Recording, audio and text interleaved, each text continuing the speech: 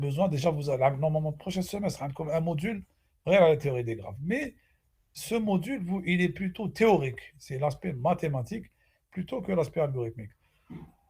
Alors que vous aurez besoin des algorithmes à la théorie des graphes partout, partout, partout.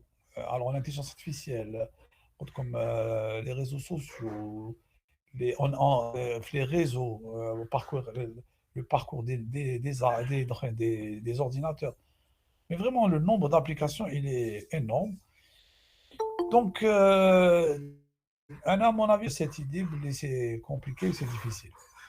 Juste, donc, ce qu'il faut comprendre, bon, mathématiquement, c'est des objets et qui ont des liens, c'est des entités qui ont des liens. On les représente soit avec des listes chaînées ou des choses comme ça, ce qui n'est pas difficile, hein, comme la liste des, est-ce que y en a des nœuds, mais il y a les sommets, la liste des sommets. Chaque sommet a de la liste des arcs qui vont partir qui sont incidents, qui m'appellent. Donc, la difficulté peut-être, c'est enfin, la nuance qui existe, c'est que les graphes soit sont orientés, soit ils ne sont pas orientés, et donc la représentation, elle est légèrement différente, mais pratiquement c'est la même. Donc, bah, il y a des cas, tu as les graphes complets, les graphes, l'ordre des graphes, il y a aussi des définitions. Les arcs incidents, les arcs, les degrés des nœuds, etc.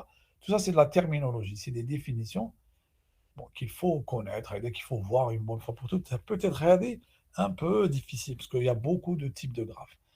Mais sinon, à part ça, bon, une fois que ça, vous l'avez acquis, les algorithmes, la bonne nouvelle, c'est que la théorie des graphes, les algorithmes, pratiquement, il y en a deux.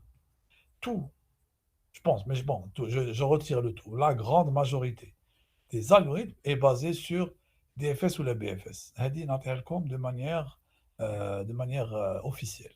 Donc, ce qui fait qu'au point de vue algorithmique, il n'y a pas grand-chose. C'est-à-dire, une fois que vous maîtrisez les deux algorithmes, et encore, une fois que FAM2 BFS, DFS, vous remplacez la file par une pile. Donc, il y a un seul algorithme à connaître, à voir. Par rapport aux arbres, c'est beaucoup plus facile. Les arbres, il y a un peu, surtout les arbres les algorithmes étaient un peu compliqués, mais la théorie des graphes, c'est pas le cas. Donc, allez, grosso modo, c'est pas difficile. Donc, il n'y a pas grand-chose à. Une fois que tout est le forum, les algorithmes, ben là, c'est le pareil au même. C'est la même recette qui va revenir. Donc, l'objectif, comment traverser tout un graphe sans oublier aucun nœud et pour faire un traitement. Donc, qu'est-ce qu'on fait dans un traitement? Par exemple, dans un graphe, on cherche tous les nœuds qui ont cette propriété. On cherche un certain nombre de la propriété du graphe. Par exemple, est-ce que le graphe est, par exemple, comblé ou pas? Est-ce que le graphe, par exemple, il est connexe, c'est-à-dire est-ce qu'il y a tous les comblés? Est-ce qu'il y a des nœuds? Est-ce que, ouais, ce qu'on cherche généralement dans les graphes? On a vu le problème, la recherche, tu as le plus court chemin d'un point à un autre. Tu as une source, une destination. Bon, alors, là, on va revoir l'algorithme. Vous allez voir que le principe Tao, il est pas très compliqué. Finalement, encore une fois, c'est une question de bon sens. نعاودو نشوفوا l'algorithme اللي شفناها la dernière fois. Là, on va voir un algorithme un peu qui est connu. L'algorithme l'algorithme de Dijkstra.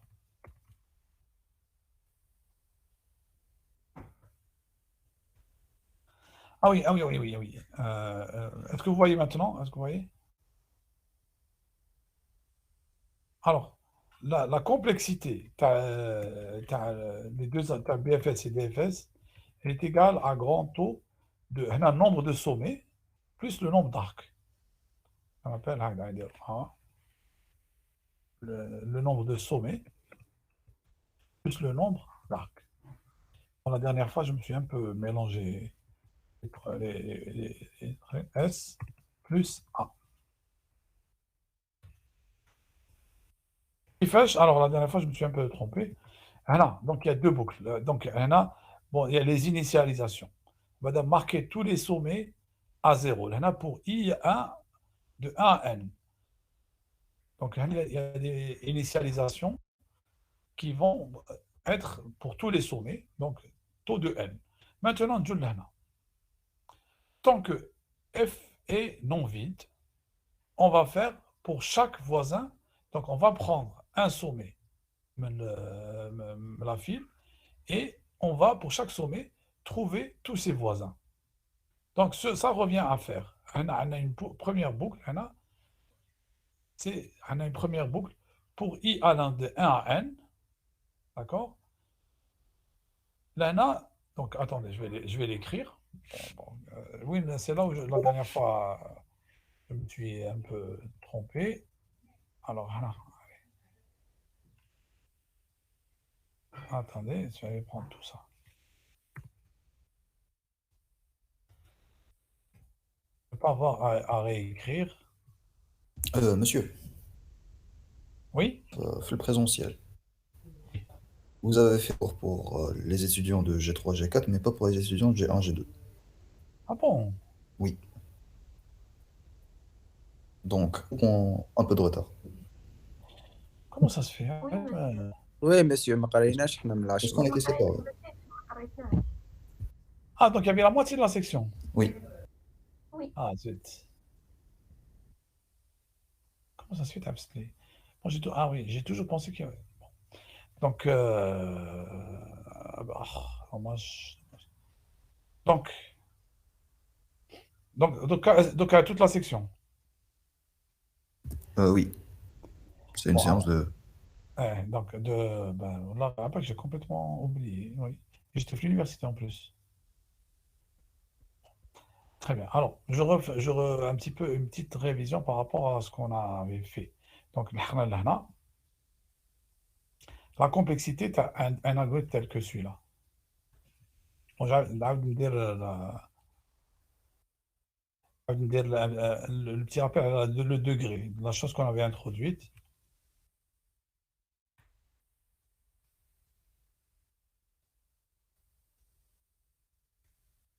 Voilà.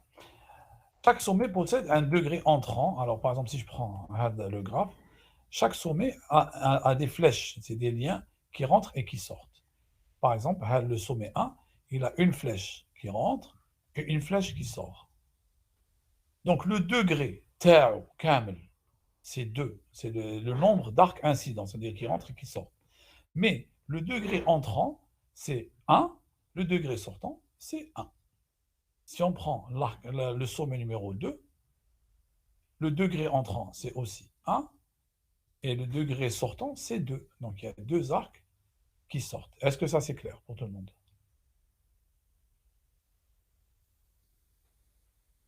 Ah, Oui. c'est clair. C'est pas difficile. Maintenant, il y a une propriété. La somme des degrés. Si je prends, par exemple, le graphe, je vais calculer la somme des degrés entrants. Donc, c'est là, 1. Je fait les degrés entrants. 1. Non, degrés entrants, regarde. Il y a une flèche et une flèche. Sauf les sauts qui rentrent. Là, c'est 2. Non, le nœud. Je fait les degrés entrants. Ah oui, 2. Regarde, le degré entrant, il y a combien de flèches qui piquent le sommet? Quelles les flèches? Une seule. Une seule. Donc, degré entrant, c'est 1. Combien de flèches sortent de ce sommet? 2 2. flèches.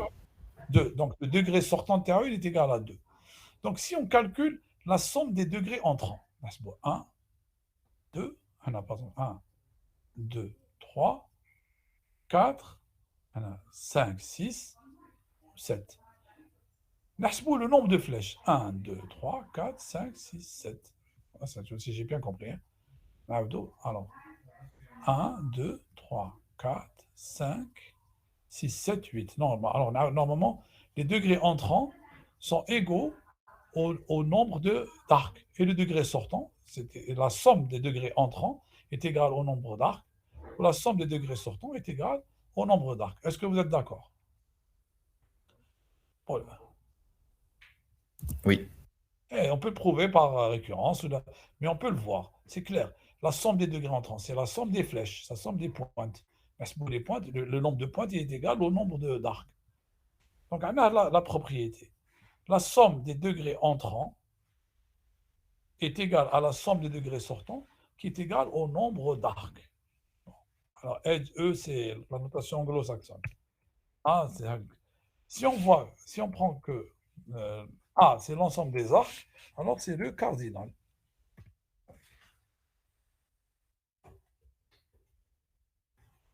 Alors, à partir de là, pour calculer la complexité. Parce que qui dit la complexité? Ah oui, je connais la dernière fois, on a défini la notion de chemin. Qu'est-ce qu'un chemin? Ben, on le définit comme une suite avec une suite de sommets. Par exemple, le chemin allant de 4 à 5, voilà, 4, il passe par 2, 1, 3, il aboutit à 5. Donc, ce sont des flèches. Donc, c'est un ensemble de sommets orientés tels que chaque couple de cette suite, de cet ensemble, par exemple, entre 4 et 2, il y a un arc. Donc, 4 et 2, chaque couple appartient à l'ensemble A, avec grosso modo ce qu'on a introduit. Donc, on a parlé des sommets, du nombre d'arcs. Ah oui, Bork, pour donc, c'est les arcs entrants, les arcs sortants, et on parle aussi des arcs incidents. Par exemple, le nombre d'arcs incidents, c'est la somme des arcs qui sortent. Donc, c'est par exemple, il y en a 2. C'est le nombre la somme des arcs entrants et sortants est le nombre des arcs incidents. Incident, c'est-à-dire qui touche, l'incidence. Par exemple, quand vous dites l'incidence de cet événement, c'est la conséquence. L'incidence, c'est ce qui va se passer par la suite. Donc là, on utilise les termes arc entrant, arc sortant, arc incident, le degré des nœuds, le degré entrant, le degré sortant. Voilà ce qu'on a introduit comme définition la dernière fois, un petit rappel. Voilà. Alors, on a les graphes non orientés. Là, ils sont constitués de sommets.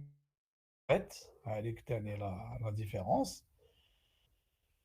Une arête, voilà les arêtes, la somme des degrés, des nœuds, on rejoint ce qu'on avait fait. L'ordre d'un graphe, c'est le nombre de sommets. Je fais la notion de boucle. Une boucle, c'est une arête qui a dans les deux sommets sont identiques. Et bon, les arcs orientés, en anglais, les digraphes. Bon, la notation elle est plus rapide. Les couples constitués des arcs sont orientés. C'est-à-dire, un arc, ce n'est plus un ensemble de deux sommets. C'est un couple de sommets avec un sommet de départ et un sommet d'arrivée. Grosso modo. Alors, si vous avez un arc, IJ, alors l'arc SI, c'est le début, et l'arc SJ est appelé le successeur du sommet de départ. Voilà, les notations qu'on utilise dans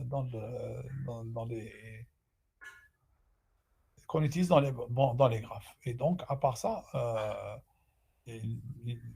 on retrouve les principes. Bon, il y en a d'autres évidemment, mais les principales. Maintenant, lorsqu'on a parlé de chemin, il y a aussi des chemins qu'on appelle des cycles. Alors, je ne sais pas s'il y a dans ce graphe. Si, avec le cycle. Je vois. Alors, c'est le chemin 6-6. Donc, 6, 4, 2, 6. Donc, il part de 6 et il revient. Donc, on appelle ça un cycle. Donc, les graphes, les formes des cycles, on les appelle des graphes cycliques. Ou les graphes, les formes chez les cycles, on appelle ça des graphes acycliques. Alors, les graphes cycliques, ils sont pas très importants, mais ça a une incidence, elle est les algorithmes. Donc, certains algorithmes, lorsque le graphe est cyclique, ne fonctionnent pas. Bon, là, je vous montrerai des exemples. Donc, comment gérer les graphes qui sont cycliques? Il y a un certain nombre de méthodes. Donc, généralement, nous, on travaille sur des graphes acycliques, donc ils n'ont pas de cycle. Alors, on introduit une deuxième nuance, c'est ce qu'on appelle les graphes denses ou les graphes creux. Bon, allez, bon par exemple, est-ce que Hada, c'est un graphe? Il n'y a pas beaucoup d'arcs. Un graphe dense, c'est vraiment, vous voyez, plein d'arcs dans tous les sens. Donc, un graphe dense, c'est un graphe où il y a beaucoup d'arcs ou bien d'arêtes. Un graphe creux est un graphe où il n'y a pas beaucoup d'arêtes. Ça, cher Cololé, d'un point de vue mathématique, ce que vous dites, ça n'a pas de sens. Ça n'a aucun sens. C'est quoi beaucoup? C'est quoi inférieur? Alors, là, la notion tu as le graphe complet. Alors, pour la théorie des graphes, ils définissent un graphe complet. C'est un graphe. Alors, je vais vous le dessiner. Voilà, un graphe complet. Normalement, j'ai dû le définir au départ. Orienté.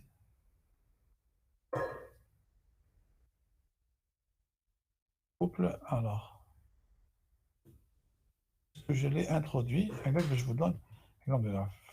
Bon, apparemment, bon, un graphe. Alors, là, on va définir un graphe complet. Attends, juste après les chemins, voilà. Il faut avant là. Alors, donc, on va définir ici un graphe complet. Alors, un graphe complet, c'est un graphe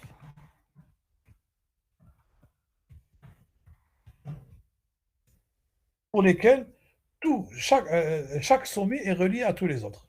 C'est un graphe où chaque sommet est relié par un arc à tous les autres.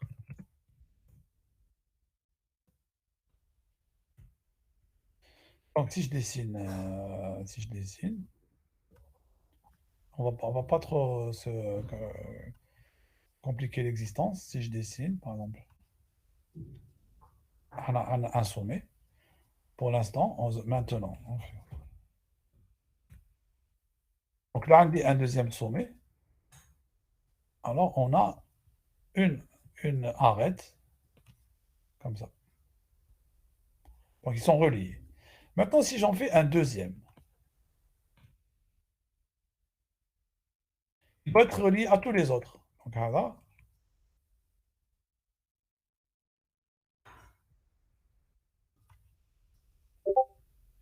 Voilà. Et aussi,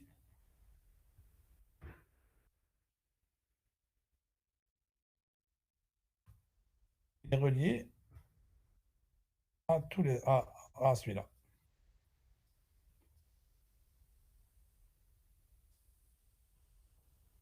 Voilà, il est relié.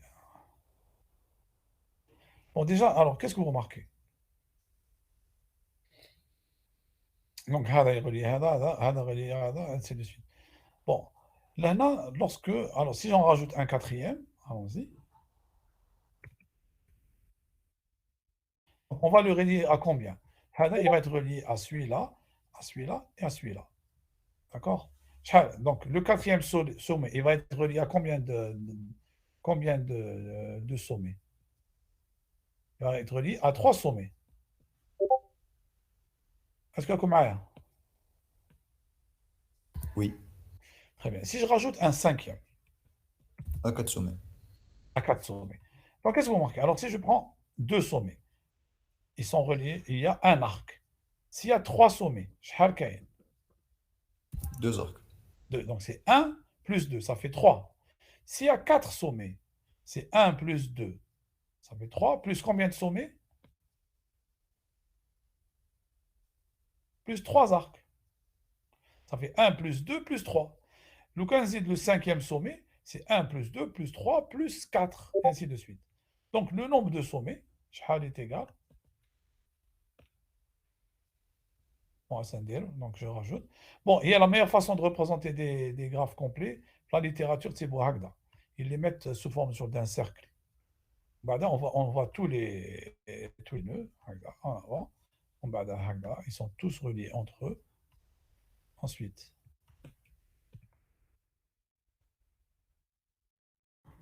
Hada, il est relié à Hada. D'abord. Ensuite, Hada, il est relié à Hada. Et maintenant, on va relier avec, entre Hada, Hada, non. Ensuite, celui-là, à celui-là. Et enfin, celui-là. Donc maintenant, celui-là va être relié à celui-là. Va être relié à celui-là. D'accord? Bon, vous avez recompris. Alors, pour ce genre de graphes, les graphes complets, donc le nombre d'arcs, le nombre d'arêtes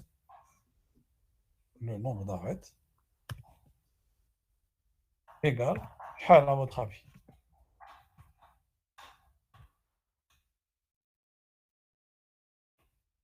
est égal au nombre de sommets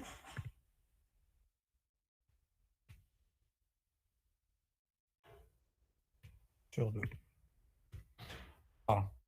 Donc, pour les graphes complets, le nombre d'arêtes est égal à S facteur de S-1 sur 2. S étant le nombre de sommets. Est-ce que c'est clair? On peut le démontrer par récurrence. Déjà, je fais deux arcs, il y a un sommet.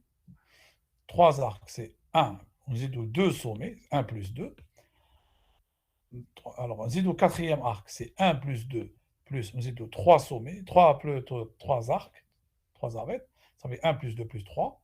5 sommets, c'est-à-dire 1 plus 2 plus 3 plus 4. C'est-à-dire à chaque fois qu'on rajoute un sommet, on relie au n-1 plus autre. Voilà, allez. Donc c'est 1 plus 2 plus 3 jusqu'à n-1, c'est égal à n, n facteur de n-1 divisé par 2. Alors ceci nous permet de définir la densité. Les graphes denses sont des graphes dont le nombre de sommets est proportionnel à n au carré, par rapport au nombre de sommets. Les graphes creux, le nombre de sommets est plutôt proportionnel à n. Alors, la question est, Chir, pourquoi on s'intéresse aux graphes denses et aux graphes creux? En réalité, ça va avoir un impact sur la façon de représenter les graphes. Donc, je connais la dernière fois. Pour un graphe orienté, on peut représenter par une matrice d'adjacence. Ou là, on peut le représenter aussi par... Oui, je l'ai mis. Tiens, j'ai pas mis le... Ah, zut. Je l'avais, je l'ai perdu. Bon. Après, là, on peut le faire par une structure de données. Ça m'étonne. Hein. Normalement, je me rappelle l'avoir rajouté. Très rare. Ah, voilà. Là, on peut représenter comme ça. On a une liste chaînée des sommets. Et chaque sommet a un deuxième point. Donc, le pointeur suivant. Mais chaque sommet, il a aussi un autre pointeur sur l'arc. L'arc qui est adjacent à ce nœud. Soit l'arc ou d'accord? Donc, par exemple, Hada, il a une flèche qui sort. Hada, il en a deux flèches. Et donc, il y a un pointeur qui relie l'ensemble des arcs qui sont reliés à ce nœud. Alors, la question qu'on peut poser, quand est-ce que on va utiliser une matrice d'adjacence ou quand est-ce qu'on va utiliser les listes chaînées? Alors, qu'est-ce que vous en pensez? Quand est-ce qu'on va choisir ça ou là ça?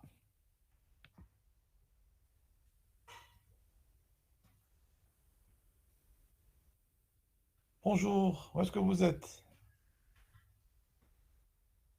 Pour la manipulation, on utilise les listes chaînées. Alors, sauf, quand c'est un petit graphe, il vaut mieux utiliser des matrices. C'est pas grave.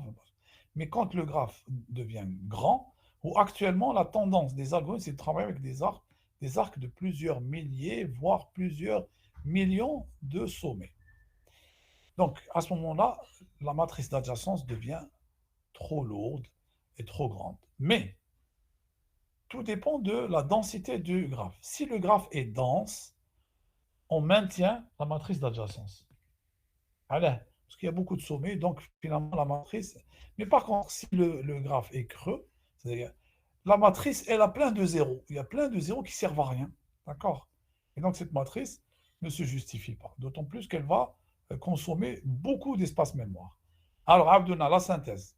Quand est-ce qu'on utilise une matrice? Quand est-ce qu'on utilise les listes chaînées? Les petits graphes, on utilise la matrice. Les grands graphes, on utilise les listes chaînées. Les listes chaînées à condition que le graphe ne soit pas dense. C'est-à-dire dans ce. Alors, dense, ça veut dire, c'est quoi dense? On a un graphe est dense si le nombre d'arêtes ou la d'arcs est proche du nombre maximal. D'accord? ما كاين des liaisons بين كاع les nœuds. Voilà, quand c'est un graphe de ce sens, bon, il y en a 5, mais quand il a des milliers d'arêtes ou les armes marines, où il y en a, hein, il suffit de chercher. Donc, je vais vous montrer. Alors, à côté des recherches, graphe dense.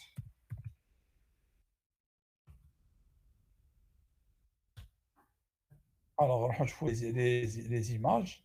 Alors, je regardais, bon, c'est des petits, hein. Mais par exemple, est-ce que vous voyez le graphe? Oui. Ou la hada, un graphe dense. Regardez, donc c'est clair que vaut mieux utiliser une matrice parce que le nombre d'arcs est trop grand. Et puis, donc, la matrice sera bien utilisée.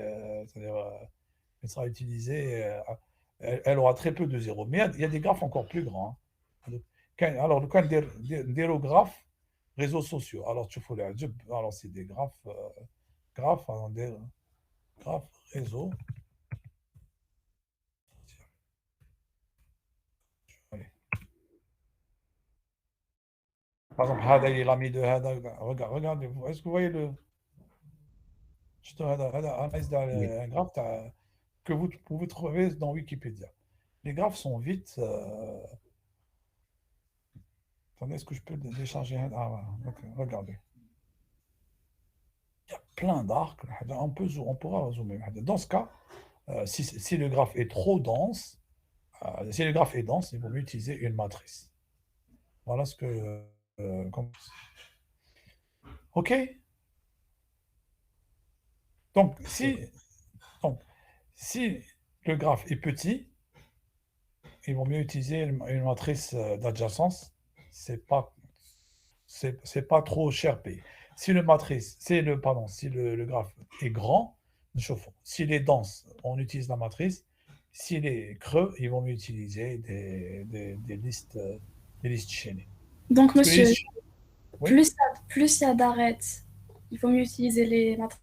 Plus il y a de nœuds, il vaut mieux utiliser les listes chaînées. Non, c'est l'inverse. Plus il y a de nœuds, il vaut mieux utiliser les matrices, et plus il y a d'arêtes, il vaut mieux utiliser les listes chaînées, c'est ça? Puisque les nœuds dans les listes chaînées, c'est tout un nœud. Donc, le cas qui aime les nœuds, il faut une liste chaînée, deux listes chaînées, c'est ça? Oui, on peut voir. Il y a du vrai dans ce que tu dis, mais il y a dans le principe. C'est là, quand je dis le graphe est grand, c'est-à-dire qu'il y a beaucoup de nœuds. Et quand il est dense, c'est-à-dire qu'il y a en plus beaucoup d'arêtes. Dans ce cas, il vaut mieux utiliser une matrice d'adjacence. Maintenant, D'accord. si le graphe, s'il y a beaucoup de nœuds, mais s'il y a peu d'arcs بيناتهم, à ce moment-là, une liste chaînée est rentable. Parce que la liste chaînée, vous allez perdre du temps, parce qu'il faut accéder aux nœuds, ça va être toujours plus lent. Mais la lenteur, vous allez la gagner en termes de mémoire. Donc parce que la matrice d'adjacence, la complexité d'occupation de mémoire, c'est 1 au carré.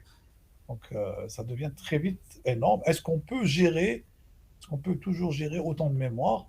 C'est justifié, tout dépend du nombre d'arêtes. Voilà. Est-ce que j'ai répondu à ta question ou là non? Oui, monsieur, merci. C'est moi qui te remercie. Merci pour ta remarque. Donc voilà le grand. Alors, de plus, la densité, la représentation des graphes a une incidence sur la complexité. Donc, je vous les algorithmes. Donc, parcours des graphes. On a toujours deux algorithmes, DFS ou de la BFS. Donc, vous avez de la chance, hein, d'un point de vue. C'est ce qui est la bonne nouvelle, c'est-à-dire que, du point de vue algorithme, pour la théorie des graphes, vraiment, il n'y a pas donc beaucoup de difficultés. la bonne nouvelle dans la théorie des graphes, c'est que pratiquement tous les algorithmes vont revenir quand même dans. Alors maintenant, essayons de voir la complexité de l'algorithme. Alors, nous devons initialiser la file. Vous allez généralement marquer les sommets à, par exemple, marquer les sommets à initialiser à non, non visité. Donc, on va parcourir tous les sommets. Donc, la complexité, déjà, on a taux de n. هذه هنا marquer les sommets. Le sommet, marquer les sommets de départ. Le sommet de départ. On peut rajouter les autres à 0. Voilà, ça va nous coûter, parce qu'il va falloir visiter tous les sommets et les initialiser, ça va nous coûter taux de n. Maintenant, on trouve l'algorithme proprement dit. Alors regardez, il y a deux boucles. Qu'un loup là, tant que f est non vide, la file d'attente, elle va contenir normalement tous les sommets de n. Donc, on a sigma de i égale à 1 à n. Deuxièmement, on a ici la boucle. Pour chaque voisin de S, pour les graphes, les 10 graphes, pour les graphes orientés, pour chaque successeur de S. C'est quoi? Il y en a combien? Combien il y a de successeurs de S?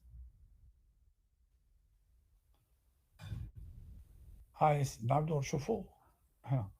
S-1. Attends, voilà. Chaque sommet, par exemple, si je prends celui-là, chacun de les successeurs. Pardon, celui-là. Le 2, il a combien de successeurs? زوج. Donc c'est D out, le degré sortant. Et là. D'accord. La somme de tous les degrés sortants des nœuds d'un graphe, elle est égale à quoi?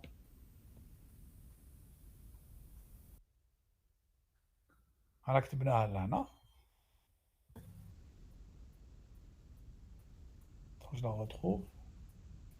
Voilà. La somme des degrés sortants d'un graphe est égale au nombre d'arcs. Est-ce que vous êtes d'accord? Oui.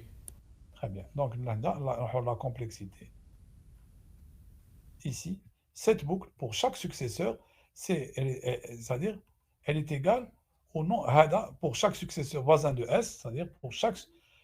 La boucle, elle va tourner pour chaque nœud. Alors, pour chaque voisin S de V. Donc, V, c'est le voisin, le V, c'est le sommet. Donc, la boucle, elle va tourner degré out. Pour chaque sommet, degré out, degré out.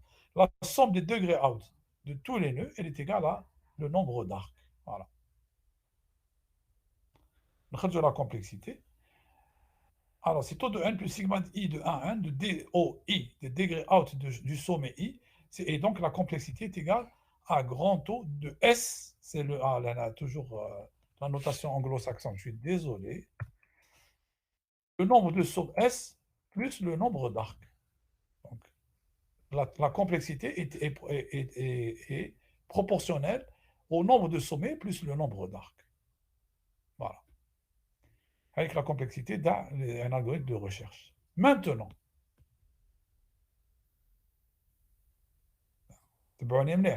supposons vous avez adopté une représentation matricielle. D'accord? La matrice d'adjacence. Pour trouver, par exemple, le nombre de sommets, le nombre de voisins, le successeur de 2. De la matrice, tu trouves la ligne 2, tu as le sommet numéro 2, et qu'est-ce que vous allez faire pour trouver tous les sommets? كاين من 1 Pardon? نشوفوا شحال كاين من 1 في لا ligne 2. Très bien. Le nombre de 1 la ligne. Or, pour trouver le nombre de 1 la ligne, qu'est-ce que vous allez faire? Vous allez parcourir toute la ligne, du début jusqu'à la fin. Est-ce que vous êtes d'accord avec moi? Oui. Ou combien il y a de cases dans une ligne? 5 5, c'est le nombre de nœuds. nœuds. Très bien. Donc, là, la complexité, c'est que pour trouver tous les sommets, ce n'est pas A.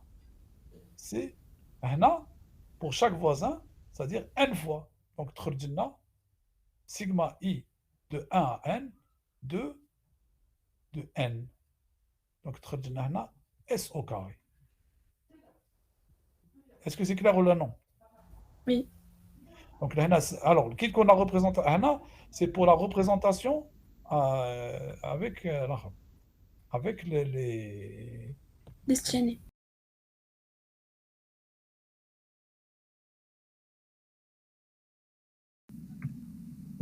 Donc, ce n'est plus le sommet des, mais c'est le nombre de sommets, c'est-à-dire S. Bon, toujours je corrige, N, ne, donc c'est S. Donc, sigma de 1 à S, de S, c'est-à-dire S plus S plus S plus S, S fois, c'est égal à quoi? S au carré. Très bien, S au carré. Voilà. Donc, la complexité va dépendre de la représentation.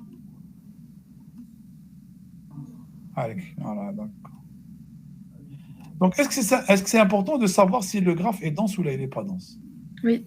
Ah, très bien, parce que ça va influer sur, la représentation et sur la complexité. Donc, là, alors, taux de S plus S au carré, ça devient quoi? C'est égal à quoi? S au carré, taux de S au carré. Très bien, bravo. Ça me rassure.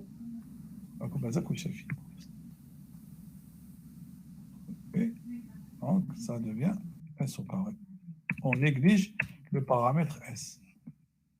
Ce serait bien si je pouvais mettre ça dans une seule ligne. Voilà. Donc, tous les S au carré. J'arrive pas. Attendez. Allez, encore un peu. Ben, bon, je vais rapetisser. Voilà. Je vais le mettre là. Bon, plutôt là. OK, donc c'est important en la théorie des graphes de savoir à quel type de graphe on a affaire. Et c'est bon à savoir. Donc, N, donc corrigez-moi à chaque fois qu'il est N, c'est S. Voilà. Très bien. Ça y est. Donc, là, donc complexité, lorsque, là, zéro, représentation,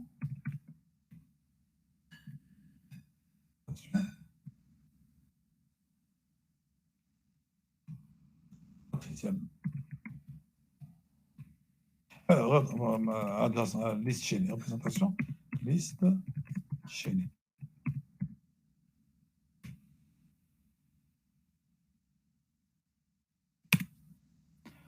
Donc, on pourrait faire la même chose. Puisque, alors, là, représentation matricielle.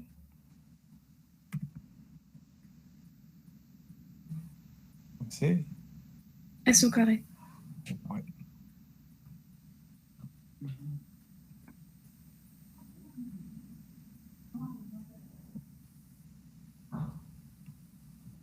Voilà.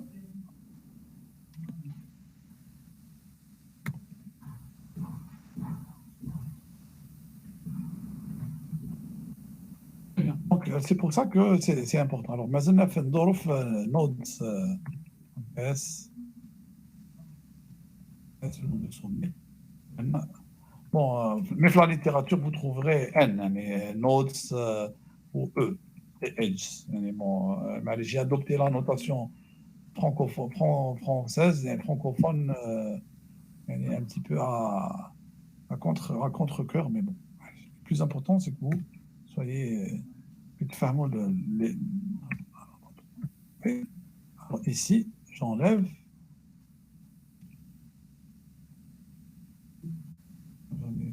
Voilà. Voilà, bon, qui est égal, je vais tâcher de réduire un peu. Je fais pas ça.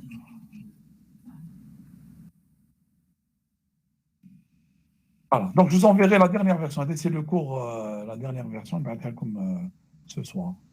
Donc, comme dans ce cours, j'ai mis seulement les éléments dont vous avez besoin pour les algorithmes. Sinon, la théorie des graphes, en tant qu'outil mathématique, quelque chose qui est beaucoup plus grande, un AGMI, que la difficulté, c'était quoi mettre, quoi ne pas mettre. Donc, c'est pour ça que j'ai un peu hésité avec le cours. Voilà. Maintenant, matrice par adjacente, donc matrice par complexité adjacente, cut, et j'ai séparé. Donc, comment organiser le cours, c'était un peu difficile pour moi. Alors, très bien. On va voir aussi un autre type de graphe. Valué. C'est-à-dire, là, entre chaque arc, il y a un coût. Par exemple, si c'est des villes ou entre des routes, par exemple, on peut mettre, par exemple, le poids de chaque arc, qu'est-ce qu'il représente, à votre avis? Pardon? Dans un graphe valué, dans un graphe valué, le poids d'un arc, qu'est-ce qu'il peut représenter? La distance. Voilà, ça peut être la distance, mais aussi ça peut être le temps. C'est-à-dire, on peut décider. Voilà. Donc, par exemple, parce que ici, vous avez l'arc dans cette direction, même si les villes sont là, la distance peut être différente, mais aussi le temps peut être différent. Par exemple, tu mets un quartier, tu mets 1 heure, 1 minute, mais dans la même route, mais l'autre, il y a plus d'encombrement, tu mets plus de temps. Donc, ça peut être la distance, ça peut être aussi le temps, ça peut être aussi le coût financier. Si vous prenez les transports en commun, par exemple, ça va coûter 50 dinars, etc. Donc, il y a plein de choses. Donc, tout dépend. Une fois que le graphe est évalué et représenté, on peut s'intéresser à certaines propriétés du graphe, par exemple. Ça veut dire que Maps est créé sur une base de graphes? Bien sûr. Comment trouver? C'est des graphes dynamiques, c'est-à-dire dont les poids peuvent changer. Parce que dès qu'il y a un encombrement, la valuation de l'arc, elle change. Oui. Alors, à votre avis, c'est quoi la valuation de l'arc Map? Pardon? C'est quoi? La valuation d'un arc dans l'application Map? Le temps, non? Pas vraiment. C'est le nombre de personnes qui empruntent avec la route. Ou il peut tenir compte de la vitesse. C'est-à-dire que si les gens qui sont sur cette route avancent vite, ça veut dire que la route est dégagée. Et donc, la valuation, c'est là.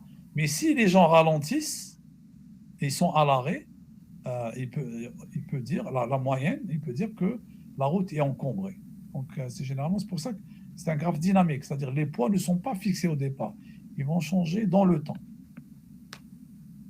Est-ce que ça va? Oui. Oui. Très bien. Donc, comme les graphes sont très, très utilisés, donc le mapping, le déterminant des chemins, etc. Ah ben tiens, c'est maintenant que... Bon, c'est un certain nombre de définitions de graphes qui sont importantes. Bon, le graphe complet, c'est-à-dire les arcs existent entre tous les sommets. Alors, un graphe est dit simple s'il n'a pas de boucle. C'est-à-dire les flèches qui partent d'un nœud qui rentrent sur le même nœud. D'accord? Donc, ni arc multiple. Arc multiple, c'est-à-dire qu'entre deux nœuds, il y a plusieurs arcs qui vont.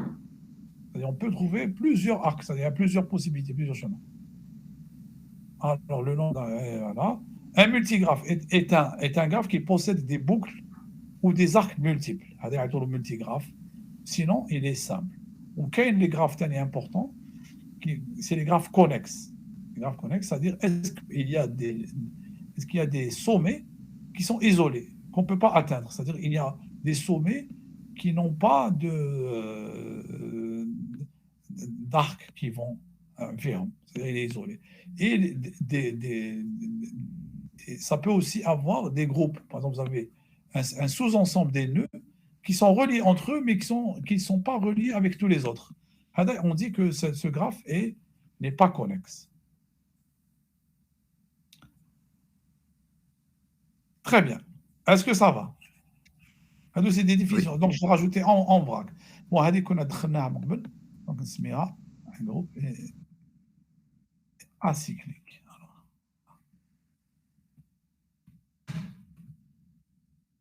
s'il existe il y en a s'il existe des cycles. Alors, s'il contient des cycles. Alors, c'est plutôt acyclique s'il ne contient pas du cycle. S'il n'existe pas, allez, ne contient pas de cycle. Bon, alors, j'ai mis en vrac les définitions, certainement je ne savais plus comment les introduire. Allez, tous ceux que je n'ai pas définis, je vais les introduire à la fin. Très bien. Voilà, pour la théorie des graphes. J'ai défini les principaux graphes qui sont les plus utilisés dans l'algorithmique. Hein. Donc, j'ai abordé les choses sous l'angle des algorithmes, non pas des mathématiques. Les mathématiques, c'est autre chose. Maintenant, essayons de voir un certain nombre d'algorithmes sur ces classes. Maintenant, on va voir donc, le problème du plus court chemin. Alors, la théorie des graphes, le problème du plus court chemin est le problème qui consiste à trouver un chemin entre deux sommets de façon que la somme des poids des arcs de ce chemin soit minimale. Par exemple, si vous avez un point de départ, un point d'arrivée, on peut aller comme ça, ou là on peut aller comme ça, ou là on peut aller comme ça. Donc, l'algorithme, on a trouvé. Alors, si on va comme ça, à le chemin, c'est-à-dire A, B, D, F, le coût de terre 25. 25. Si on prend A, B, C, E, pardon. A, C, E, D, F. A, C, E, D, F, le coût de terre 23, non. 20. Voilà. A, C, 2 et F, 2 plus 3, 5, plus 4, 9, 20, plus 11, 20. D'accord? Donc, je compte faire A, B, D, F, ou la A, C, E, D, F. A, C, E, D, F. A, C, E, D, F. Maintenant, on peut faire A, B, C, E, D, F. C'est un autre chemin. A, B? A, B, C, E, D, F. Au lieu de faire A, C, E, D, F, dire A, B, C, E, D, F. C'est le coût de terre 27. 27. Alors, 4 plus 5 plus 3, ça fait 12. 4 ou 5, 9, 11, 20, ou 3 ou 4, 7. Très bien. Donc, le meilleur chemin, celui-là. Alors, avant de rentrer dans le détail de l'algorithme, les algorithmes sont toujours basés sur un principe. Un ou quelques principes. Un principe. Moi, j'ai pas le meilleur sommet. Donc, bon, d'abord, on peut énumérer tous les chemins. On démarre A, on peut énumérer tous les chemins et à la fin, on garde le meilleur. Comment énumérer tous les chemins? Je mets l'algorithme à votre avis, il peut le faire. Depth for sure. DFS. DFS, très bien. Parce que maintenant, il va aller en profondeur, il va aller le chemin. Il va reboucler. Il va repartir comme ça. Il va reboucler, il va revenir, il va faire un. Et à la fin, à chaque fois, quand il arrive à la fin, il garde le poids maximum. Il va dire qu'il trouvera le chemin. Bon, mais qu'est-ce que vous avez remarqué avec DFS? Il parcourt les sommets plusieurs fois. Par exemple, il fait A, D, F, il va faire A, B, C, E, D, F. Il va dire A, C. Alors regardez, C, il revient une deuxième fois. E, il va revenir une deuxième fois. D, il va revenir pour la troisième fois. Parce que là, donc, ce qui fait que le nombre de sommets, la complexité de l'extraction de tous les chemins. Donc, alors, DFS avec possibilité de revisiter. Avec visiter. Donc, regardez combien de sommets avec la complexité. Alors, on peut allez, c'est simple. Maintenant, il a combien de possibilités? Donc, on va prendre le cas le plus. On va prendre le cas. Il a la possibilité, il peut aller vers Hada ou Hada. On va dire maintenant. Il peut aller vers Hada ou Hada. Ainsi de suite. Donc, la première fois, il peut explorer la complexité. De N.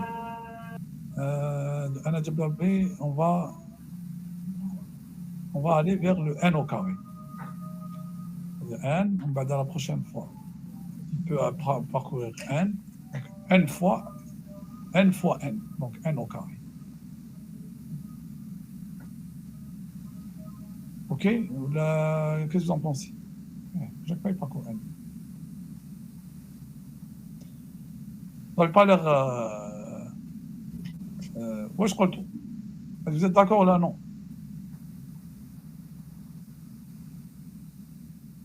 Et le carré, c'est la possibilité où il y a un nombre de sorties, c'est ça? Tu peux parcourir un. Dans le pire des cas, c'est-à-dire dans chaque sommet, tu peux atteindre tous les autres. D'accord. Ok? Donc le graphe, il est dense. Voilà, on prend le cas le plus défavorable. Donc on a n au carré. Maintenant, est-ce qu'on peut faire mieux? Je pense qu'on va voir qu'on peut améliorer les capacités dans les algorithmes. C'est ce qu'on va voir par la suite. Et si on les voit. Bon, alors, il existe de nombreuses variantes. Tu as les problèmes, tu as les plus courts chemins. Bon, est-ce que le graphe est fini? Est-ce qu'il est orienté? Est-ce que possède ou non une valeur, le poids ou la longueur? Donc, il existe deux grandes variantes. Soit une seule source, le court chemin, ou toutes les paires. C'est-à-dire, on a un graphe, on essaye de trouver, par exemple, dans ce graphe, on a un point de départ, mais si je prends un graphe comme ça, on peut quel est le meilleur chemin qui part de n'importe quel sommet, qui aboutit à n'importe quel sommet. C'est le all pairs, le all pairs problem, c'est-à-dire toutes les paires. Où là, on prend un sommet, et on se dit, à partir de ce sommet, par exemple, on peut, à partir du sommet 1, comment arriver, le meilleur chemin pour arriver au sommet numéro 2. D'accord? Oui. Donc, ça va être probablement 3, alors 4, c'est quoi ça? J'arrive pas à lire. 6, ça va 6. La 0. 0, 4 et 2. Donc, on n'a pas le choix. C'est le seul chemin et c'est le meilleur. D'accord? Bon, est-ce que le graphe, il est acyclique ou acyclique? Cyclique. Cyclique. Est-ce qu'il est simple ou là non? Pardon? Est-ce qu'il est simple? Il est simple. Non, il n'est pas simple. Il n'est pas simple, parce qu'un double, il a une boucle. Voilà. D'accord? Il est multivalué. Est-ce que... Non, il n'est pas multivalué. Est-ce qu'il est évalué? Oui, il est évalué, pardon. Très bien. Donc, ça commence à venir. Pardon? Qui est multivalué. Oui. Il y a des graphes qui sont multivalués. Parce que... Voilà. Tu mets ta maps, non? Maps. Quand il est multivalué. Maps, Ah oui, parce qu'on peut prendre en considération le temps, le nombre de gens qui sont sur la route, la vitesse en moyenne des gens sur la route, et puis on peut prendre aussi la distance. Donc il y a plusieurs critères de choix de l'algorithme. Donc chaque arc a plusieurs valeurs. Et lequel on choisit, etc. Ah tiens, c'est cool. Alors, le principe. Donc, il s'agit alors... ah oui, l'algorithme. Voilà. L'algorithme le plus connu, l'algorithme de Dijkstra. Bon, c'est un chercheur après la norvégien, si mes souvenirs sont bons, mais c'est quelqu'un de très connu, qui était très connu en informatique. Il y avait beaucoup d'algorithmes. Bon, bref. Donc, l'algorithme, il permet par exemple de déterminer un plus court chemin pour se rendre d'un sommet à un autre. Plus précisément, il calcule les plus courts chemins à partir d'une source vers tous les autres sommets dans un graphe, orienté, évalué, ou là, on dit aussi pondéré. Entre évaluer et pondérer. Allez, évaluer. Évaluer. On adopte une seule par des réels positifs. On peut aussi l'utiliser pour calculer un plus court chemin entre un sommet de départ et un sommet d'arrivée fixé. Donc, il y a deux petites nuances, mais c'est le même algorithme de base. Le principe.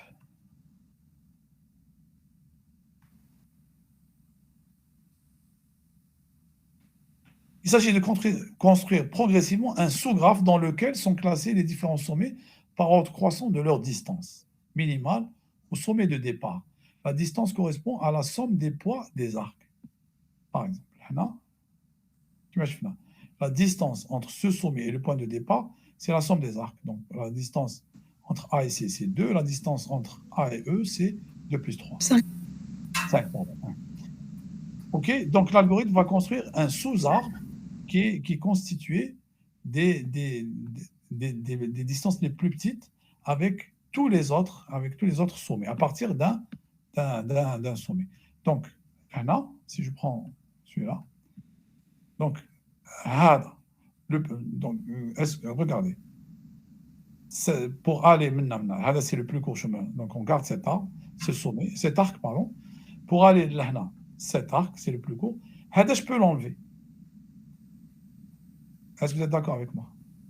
Pourquoi? Parce que le C, le plus court chemin, c'est AC, mais chez ABC. Ah oui, c'est Donc, bon. par exemple, prenez le sommet constitué, plutôt l'arbre, le sous-arbre, le sous-graphe constitué des sommets, des arcs plutôt, qui constituent les chemins les plus courts entre chaque sommet. Entre A et C, on peut aller comme ça ou comme ça. Donc, Hada, c'est le plus court chemin. Donc, celui-là, on peut l'enlever. Parce que le B, Hada, on en a besoin. Hada, on le garde, c'est le plus court. Maintenant, pour aller à D, on le garde. Hada, et les autres, ils restent. Alors, par contre, pour arriver à D, je cours le plus court chemin. Donc, ABD les 4. ou la ACED. ACED. Oui. Donc, on peut l'enlever. Mais le D, le plus court chemin, donc il va rester. Donc, finalement, on va enlever l'arc. Qui est redondant et qui ne sert à rien. D'accord? Parce que, bon. Voilà. Ok. On peut l'enlever. Et sans faire en sorte qu'un sommet est isolé. Par contre, D. Non. Ah non, tiens, on peut enlever celui-là. D, parce que regardez, il y a deux arcs qui viennent. Le plus court, c'est celui-là. C'est 2 plus 3 plus 4.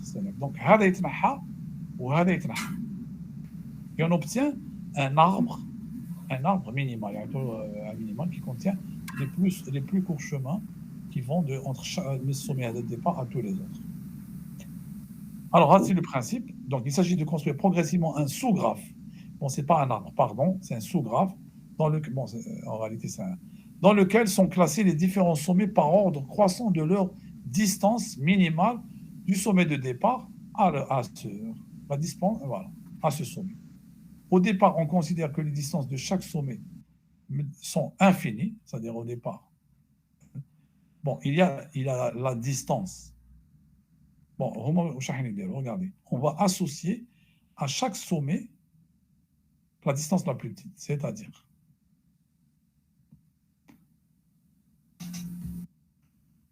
le sommet. La plus petite distance, c'est 4. En partant de... Voilà, c'est 4. Le sommet. 2. Alors, on choisit entre 2 et 9. Non. Donc, c'est 2. 2. Même chose, je fais insérer.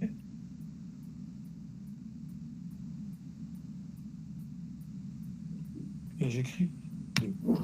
D'accord? Et je vais faire la même chose pour chaque sommet. C'est-à-dire, ça revient à faire quoi? Ça revient à construire.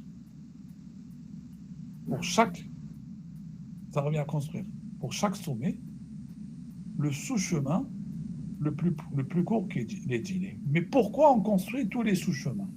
Voilà. Parce que le principe, il est simple. Le chemin le plus court allant d'un point à un autre est constitué de l'ensemble des plus courts sous-chemins. Voilà, des plus courts sous-chemins. C'est pour ça qu'en réalité, pour trouver F, il faut trouver le plus court chemin B, C, E, D, F. Parce que pour arriver à F, D, il faut connaître le sous-chemin le plus court qui arrive à D. Sinon, vous ne pourrez pas trouver celui-là. Est-ce que c'est clair? Oui. Très bien. Alors, c'est pour ça qu'on va calculer progressivement Est-ce qu'on peut calculer le sous-chemin de f sans connaître le sous-chemin de d? Non. Non. Est-ce qu'on peut calculer le sous-chemin de d si on ne connaît pas le sous-chemin de b et de e? Non. Non. Zidon Kemlo, est-ce qu'on peut connaître le sous-chemin de c? De c, bon, ça y est, b et e, Oui. c, ça y est. Donc, maintenant, est-ce que vous voyez l'algorithme d'Ayban ou le map d'Ayban? Oui. Oui. Donc, déjà, on peut faire un truc récursif. Le sous-chemin de f est égal au sous-chemin des prédécesseurs. On va dire le chemin de prédécesseurs, c'est le chemin des prédécesseurs. Et vous testez. Est-ce que le départ, le nœud départ, c'est lui le cas trivial, avec le cas de base, l'algorithme récursif. Donc, alors, l'algorithme récursif, c'est un algorithme de traverse en avant ou là en arrière? En arrière. En arrière. Très bien. Maintenant, bon, à la belle comme les matheux, mais la récursivité, ils ont développé essentiellement des algorithmes en avant, c'est-à-dire des algorithmes qui vont le départ. Moi, je pense que c'est une représentation un peu des esprits, c'est-à-dire on démarre de le point de départ. Donc, c'est contre nature de partir du point d'arrivée. Donc, bon, on va respecter. Donc, ils prennent le point de départ.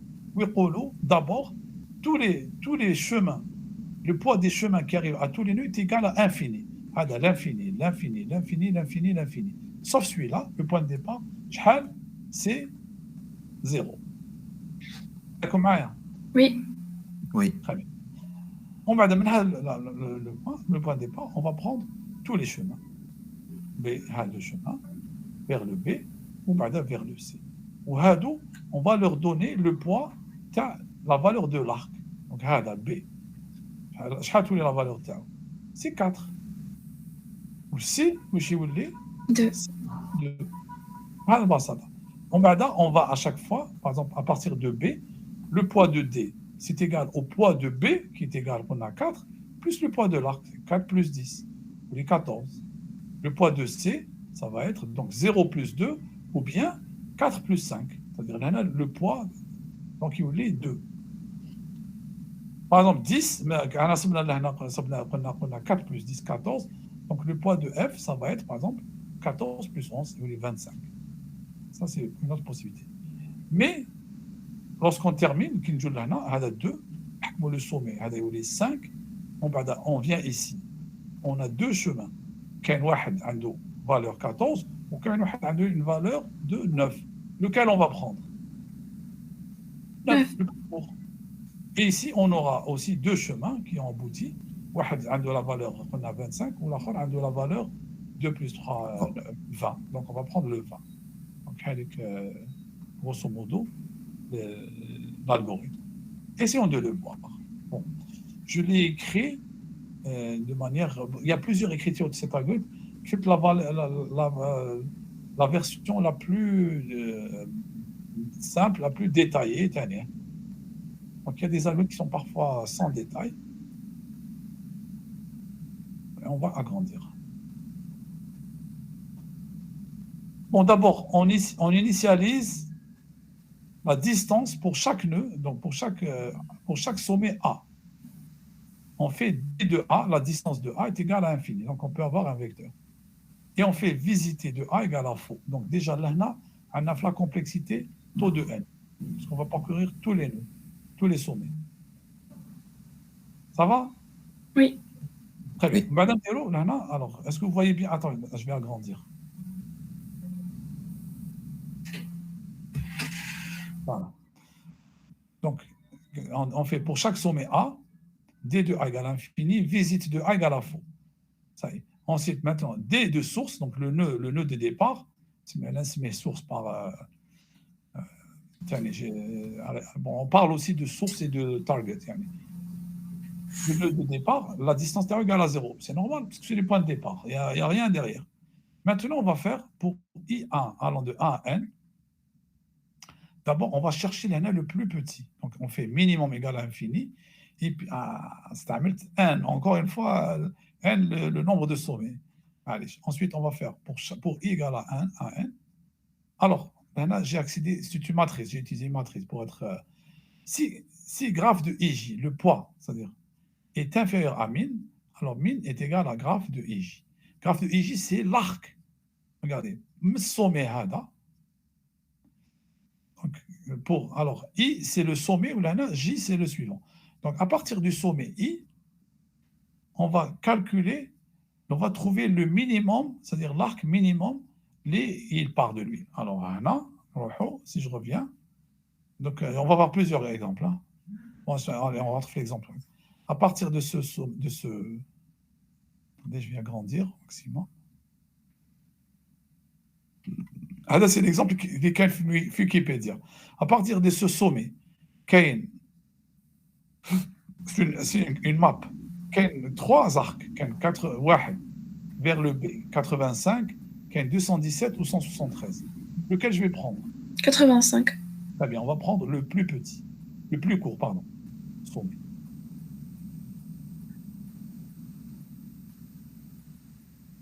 Donc, allez, avec minimum, la valeur minimum, et puis U égale à J. C'est quoi U égale à J? C'est le numéro du sommet. Donc, dans ce cas de figure, par exemple, supposons un des 0, 1, 2, 3, moi je خرجت minimum égale 85, et U égale à quoi? 85. Voilà, c'est la distance, 1000 égale 85. Mais U égale à 1. U égale à 1, c'est le numéro du sommet. Égal à 1. Ah, regarde, là je fais pour chaque, alors j'ai fixé I, c'est le premier sommet, hein, égal à 1, on a J, c'est tous ceux qui viennent après, tous ceux qui viennent. Alors, si graphe de IJ inférieur à 1000, alors 1000 égale à graphe, donc on prend le plus court, et on fait U égale à J. U égale à J, J c'est le sommet du voisin, donc maintenant, J c'est égal à 1. On a l'identité, parce que pour retrouver le chemin, il faut garder les nœuds, l'identité de nœuds. OK? Oui. Donc ensuite, j'ai trouvé les hada, c'est le plus petit. Regardez l'algorithme, qu'est-ce qu'il va faire? Donc, il va adopter, il va quitter le sommet, il va adopter maintenant le sommet de travail qui est le nœud hada, le nœud 1, parce qu'il a l'arc le plus court. À partir de là, il va considérer la distance hadi, 80, mais celle qui reste. Il va trouver que 80 est plus petit que 213 et 173. Donc, il va adopter cette distance. OK? Maintenant, on a 255, 217 et 173. Je trouve le plus petit. 173. Voilà. Donc, Hada, il adopte et il va considérer maintenant 173. Maintenant, 173, qu'est-ce qu'on a? 250, 217 ou 500? Lequel il va choisir? 217. 217. Voilà. Donc, Hada, c'est bon. Il l'a visité. 217. Maintenant, il a 103. 103. Voilà. Donc, il l'adopte. 166. 67. 167. Non. Ah non, 186. 103, c'est bon, on a choisi. Donc maintenant, on a 167, on a 502, on a 250. 300. Donc, 186. on a 300.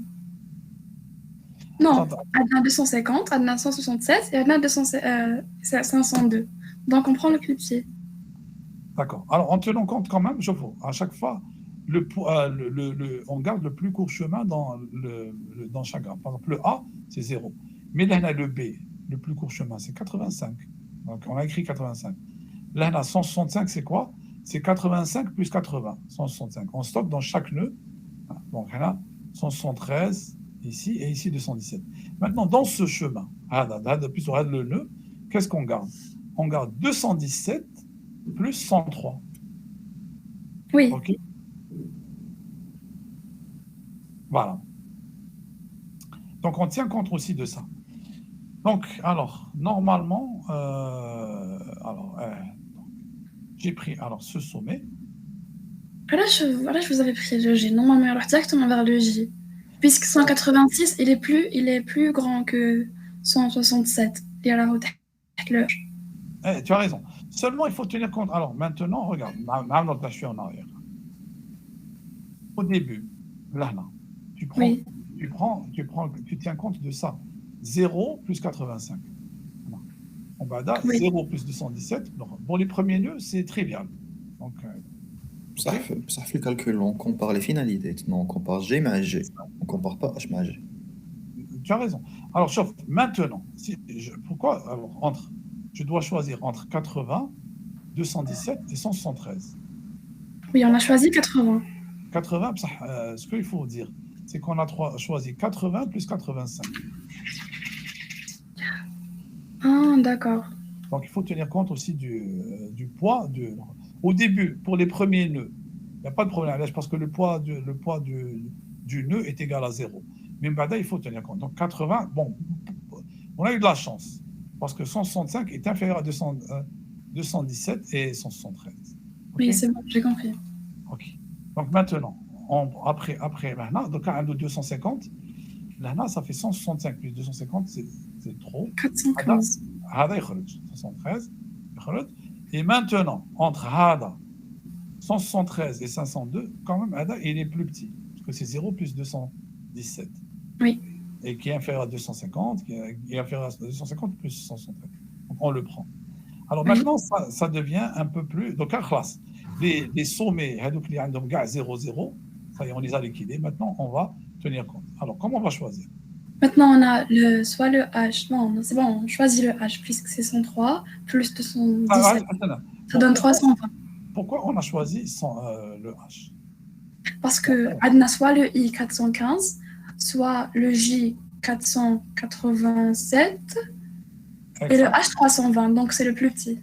Voilà, 320 parce que c'est 217 plus 103. 103, oui. 220. Donc, on va choisir le 20. Maintenant, Hada, c'est 217 plus 186, c'est 400. Oui. C'est 400, on doit le comparer à là, 415 et 487. 487 ou 520. Donc, c'est lui qu'on prend. Voilà. Et maintenant, on va prendre, ça y est, Hada. Donc, on a le choix entre 415 ou la 487 ou la 520. On va prendre 415. Et ensuite, voilà. On prend le J. On prend le J. Je me demande pourquoi le D, il a été éliminé. Voilà. C'est une chose importante.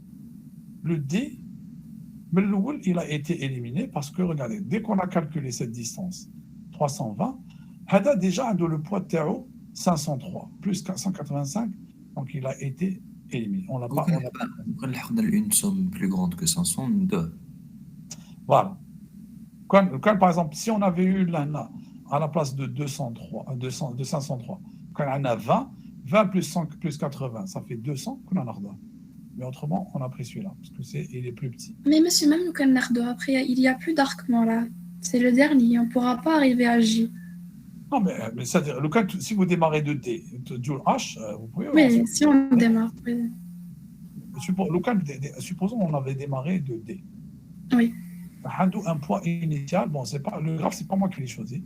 Un poids initial de 500, donc ce qui fait que, par exemple, si on démarre de D, on aurait fait ça. On va dire qu'il dit dans l'algorithme, quand on redémarre de 0, il va remettre à jour. 503 plus 180, c'est à peu près 700. Et dit là, 103, il va écraser, 103 plus 217, c'est 320, on va écraser la valeur. Et on garde la plus petite. Monsieur, 703, c'est pas 217 plus 103 plus 183. C'est le A, le C, le H et puis le D. C'est tout le sous-chemin. Oui. Parce que les nombres, les lettres, c'est la somme, tu as le sous-chemin. Je pense. C'est pas le poids. Alors, on fait l'addition. Donc, toi, d'après toi... Je l'ai fait. C'est ça. 103 est égal à Hada plus Hada plus Hada. Non, c'est 217 plus 103, c'est A, C, H et puis D. C'est 217 plus 103 plus 183. 217 plus 103 plus... il est venu comme ça. D'accord. Oui, donc, la flèche... OK. Donc, là, c'est... Et puis, comme il n'a pas de successeur, très bien. Oui, d'accord. C'est bon, tu as raison. Donc, le point de départ, Hada, parce que quand il y a plusieurs sommets de départ. Donc, tu as raison. c'est ce chemin. Il a mis à jour. Il y a un seul chemin qui arrive. Hein. Oui, oui. Donc, très bien, bon raisonnement, tu as raison. Donc, finalement, on arrive au sommet d'arrivée, c'est-à-dire la destination, et on arrive avec la meilleure valeur. Donc, où est-ce que... non. Il va y avoir 3 chemins qui vont converger. On a 415 plus 84, on a 320 plus 167, on a 173 plus 502. Lequel il va prendre? 80... Ah non. 320 plus 167. Oui. Voilà, il va prendre celui-là. Donc là, à chaque fois qu'il y a des chemins convergents, il y a un chemin qui vient par là, un chemin qui vient par là, un chemin qui vient par là, là, l'algorithme il fonctionne. On prend le minimum et on garde le sommet minimum.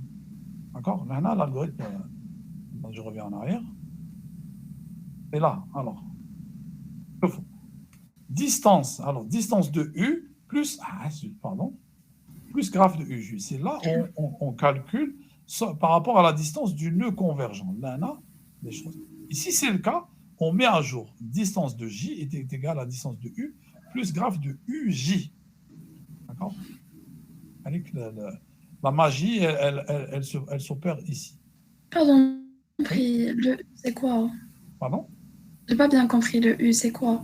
Alors, non, le U, c'est le sommet.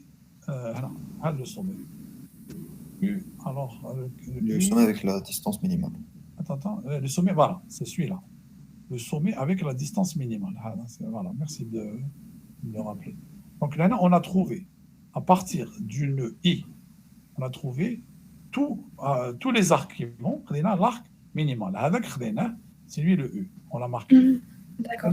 On le marque, on le prend, et ensuite on va chercher, à partir de U, tous les sommets qui vont le U, et on va prendre celui qui a la distance minimale à d'avoir. Et c'est là qu'on met à jour les chemins convergents, qui convergent, on va les mettre à jour. À la fin, on va aboutir jusqu'à la fin, on arrive au sommet final qui n'a plus de successeur. C'est-à-dire, il n'y a plus de successeur et ça s'arrête.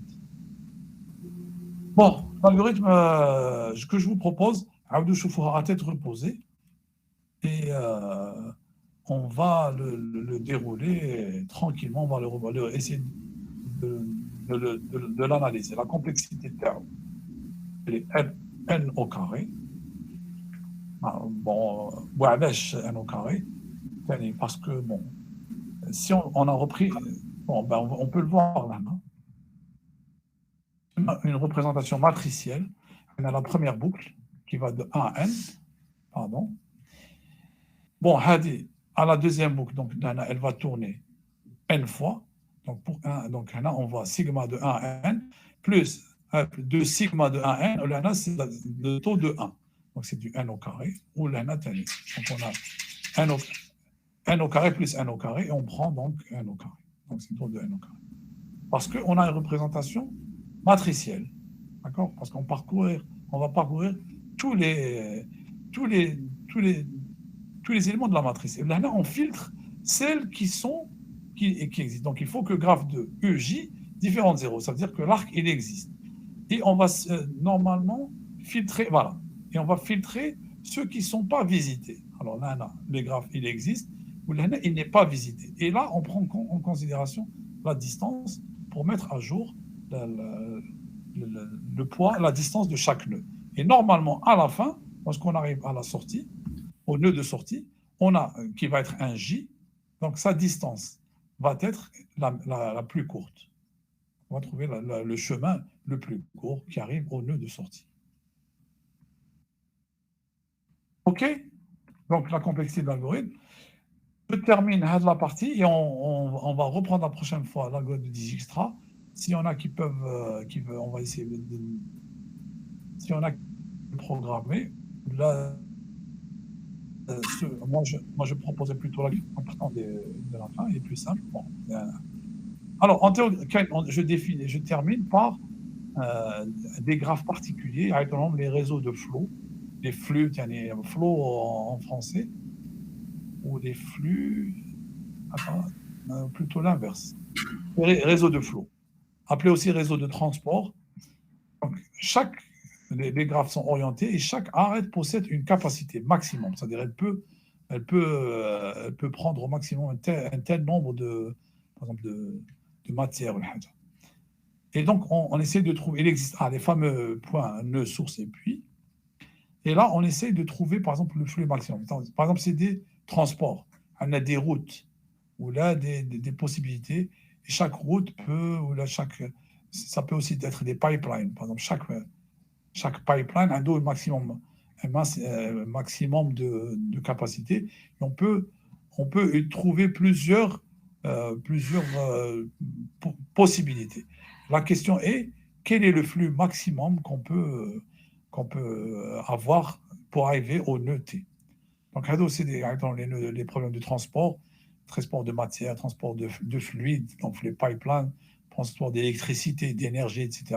Bon, je voulais juste le citer, on ne va pas développer les algorithmes, juste voulais le citer parmi les algorithmes, parmi les graphes que vous allez rencontrer en algorithmique. Ça va? Des questions?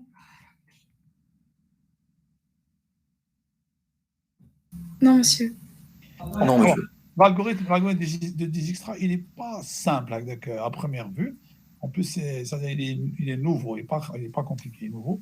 Je vais vous demander de le voir. Essayez de trouver d'autres versions. La littérature, Internet, vous trouverez d'autres versions de l'algorithme. Moi, j'ai mis celui qui m'a semblé le plus simple. Mais si vous trouvez plus simple, on l'adopte. Donc, essayez de trouver le plus simple. On en rediscutera. Donc, on se voit mercredi, Inch'Allah. Et par rapport à l'examen sur montage des graphes, c'est bon? On a une question sur 2 points maximum. D'accord, ok. La complexité de l'examen, je sais à peu près, monsieur. Taux de n au cube. Un factoriel. D'accord, ce sera linéaire, je vous rassure. Monsieur, je vous propose que le واحد يجيب عنده sujet ou les complexités تاع وحده دير هذاك السوجي وديرو. Oui, c'est une très bonne idée. On prend la complexité minimale ou la maximale? Minimale, La minimale, c'est la complexité. La note ou le sujet? Le sujet. Je pensais que la note minimale. Non. D'accord. Donc, je vous rassure. Bon, je pense que l'objectif de ce module, c'est de vous faire réfléchir à les algorithmes. Il y a beaucoup d'algorithmes. Comment les aborder? C'est vrai que, par exemple, les arbres, on aurait pu faire encore, quand même, les arbres, on aurait pu encore rentrer. Je pense que le module HADA, les graphes, j'espère que vous avez remarqué que il y a beaucoup d'algorithmes, de possibilités. Bon, l'objectif, c'était de vous faire découvrir ces algorithmes, des algorithmes un peu plus complexes par rapport à ceux que vous avez vus l'année passée. Et surtout, l'approche de la complexité. C'est-à-dire, à chaque fois, on va mesurer la performance de l'algorithme. L'algorithme, surtout, intéressante, la performance peut dépendre de la structure de données. Elle peut influencer. Voilà, grosso modo, l'analyse. On a vu des algorithmes un peu plus complexes. On a essayé de les analyser, de faire des choix. Je pense que vous avez remarqué que certains algorithmes sont plus complexes que d'autres, c'est-à-dire ils sont compliqués. D'un point de vue performance, c'est les mêmes. Alors, je connais beaucoup de gens qui se sont cassés la tête. Ouais, on va optimiser. Au fond, la complexité, elle est la même. La complexité algorithmique est la même. Et donc, ça ne sert à rien de se compliquer l'existence. Il vaut mieux, puisqu'ils ont une complexité identique, il vaut mieux adopter les algorithmes les plus simples. Grosso modo, la conclusion à laquelle il fallait arriver. Donc, je vous revois mercredi. Essayez de trouver des algorithmes de Dijkstra plus simples et on fait le point et on conclut l'algorithme ou plutôt le module. Comme ça, c'était peut-être un peu difficile pour certains. Ça, c'est une question encore une fois, de nouveauté. Les algorithmes sont nouveaux. Il faut du temps pour s'y habituer. Une fois que c'est bon, et ça, je pense que vous l'avez vu en première année. Au Au début, il y a des choses qui nous semblent difficiles, et après, hop, ça se trouve, mais finalement, c'est pas aussi difficile que ça. Donc, c'est pour ça qu'il faut s'y mettre. Donc, quand vous avez des algorithmes qui sont nouveaux, il faut essayer de le voir, de le dérouler, même de l'analyser progressivement. Et avec le temps, ça va devenir de plus simple. Voilà, je conclue ici. Est-ce qu'il y a une dernière question? Non, monsieur. Merci. C'est moi qui vous remercie. Bon courage. À mercredi, Bon Inch'Allah. courage à vous aussi. Merci, Au revoir, travaillez bonne journée. bien. Au revoir.